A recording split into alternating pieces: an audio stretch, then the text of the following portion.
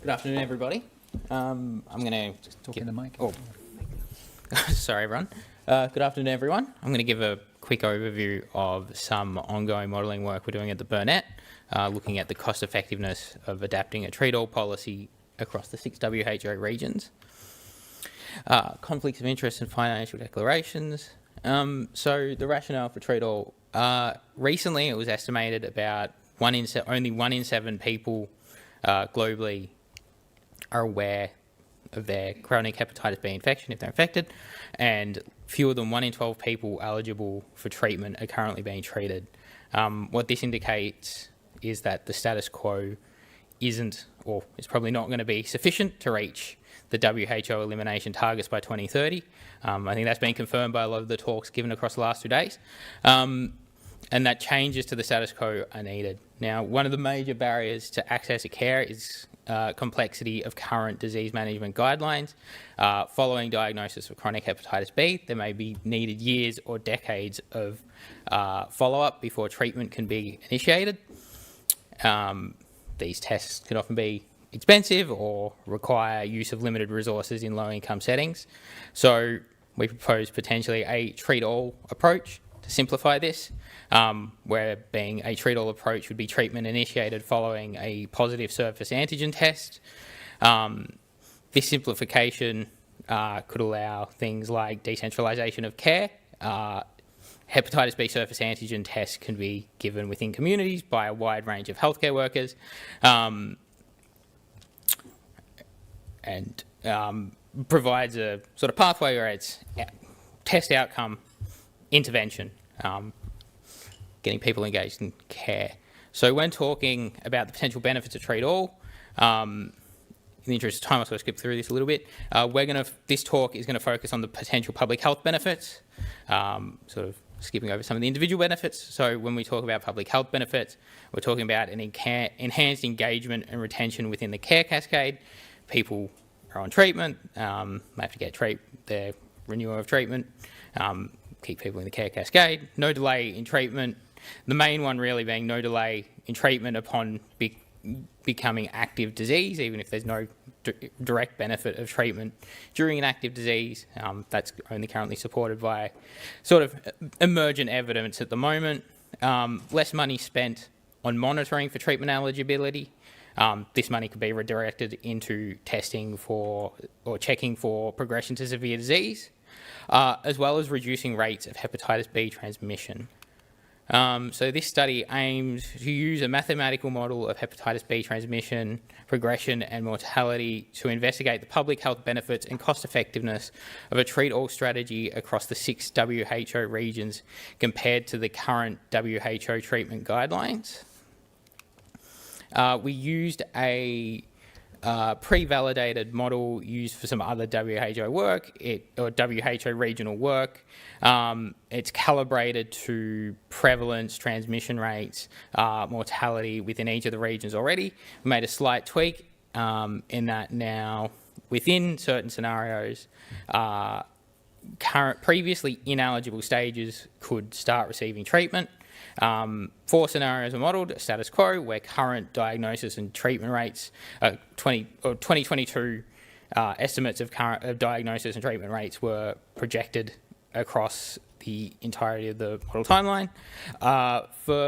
First comparison, just a policy change scenario. What if tomorrow we were to say, okay, everyone's eligible for treatment?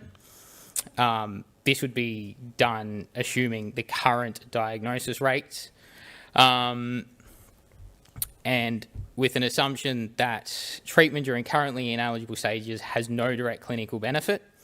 Then an elimination scenario, so reaching the 90% diagnosis coverage and 80% treatment coverage by 2030, and then adding that policy change to the elimination scenario where the 80% is no longer of eligible people, but 80% of all people living with chronic hepatitis B treated.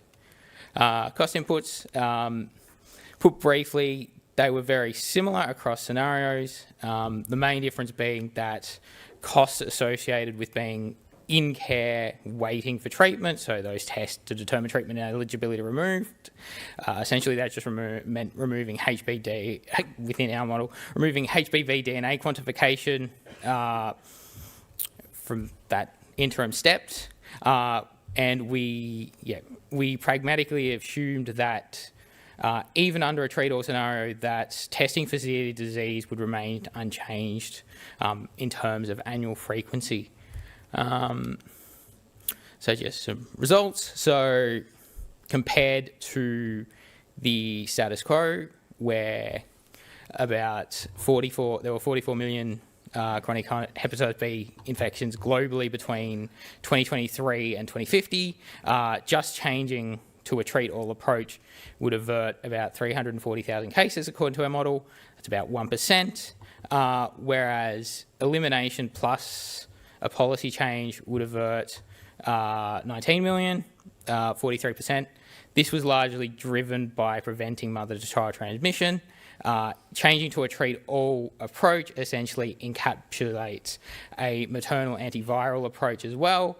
You're effectively treating everyone with chronic hepatitis B, so screening during that maternal stage going on treatment is encapsulated within this intervention. HCC incidence, only a small reduction when just policy change, about 0.5%, 41,000 cases compared to the baseline scenario of about 6.6 million between 2023 and 2030. More significant reduction when paired with an elimination policy, about 2 million cases averted over that time globally, about 30%, and similar trends with mortality, so slightly less even, so about 3.3% of global hepatitis B deaths between 2023 and 2050 averted under just a policy change scenario, whereas about 7 million were averted when paired with an elimination strategy. As you could, I don't know how to do the pointer on this. There. Yeah, so as you can see, both with HCC incidents and attributable deaths, the real driver of that in the elimination plus policy change scenario is the elimination. That is because you're targeting, that's sort of twofold within our model. So you're targeting the high risk stages of diseases and increasing diagnosis coverage, so there's more people to treat, as well as we assumed that there was no direct clinical benefit from the treatment. So these are likely or potentially conservative estimates of that benefit from the policy change within both just policy change and paired with elimination. Then looking at the cost effectiveness, sort of range between $650 and $4,000 per daily averted. The efficiency of policy change enhanced when paired with reaching the elimination targets. Again, this was due to having a bigger pool, more targeted, like more people to treat, so you get more benefit from it. I think the real key point from this, or one of the interesting points from this rather, is that the efficiency of policy change plus elimination within the model is kind of complex. If using a treat-all approach under optimal public health scale-up conditions, so actually achieving those targets, the benefits comparatively become more marginal. This is partly due to you're capturing everyone within that scenario anyway, but partially or potentially also because of the conservative assumption about the treatment effectiveness in the ineligible stages. But the other consideration when looking at the efficiency there is that treat-all could also be a mechanism to drive diagnosis. So it's kind of comparing an intervention which directly impacts the other one.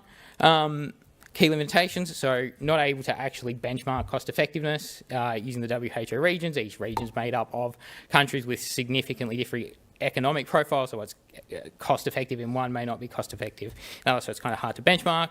And we didn't model treatment adherence nor treatment side effects within the model. So to sum it all up, despite highly conservative assumptions about treatment effectiveness. A treat-all approach still produces public health benefits. They might be small, but they are there. And public health benefits will increase proportionally to diagnosis. It's not presented within this study, but we did a series of sensitivity analyses showing that even just increasing diagnosis coverage and not pursuing the elimination targets directly with the also increased treatment increased the benefit from a treat-all approach. But just around modelling studies, they tend to come across as a bit prescriptive in nature. So the reality of pursuing treat-all is that there still is a lot of investigation needed around things like stigma, affordability in countries, but it still presents a potentially good mechanism to improve care coverage rates, and ultimately that any treat-all policy is essentially just an offer of treatment to people, is an offer of treatment to everybody who's diagnosed positive. Thank you.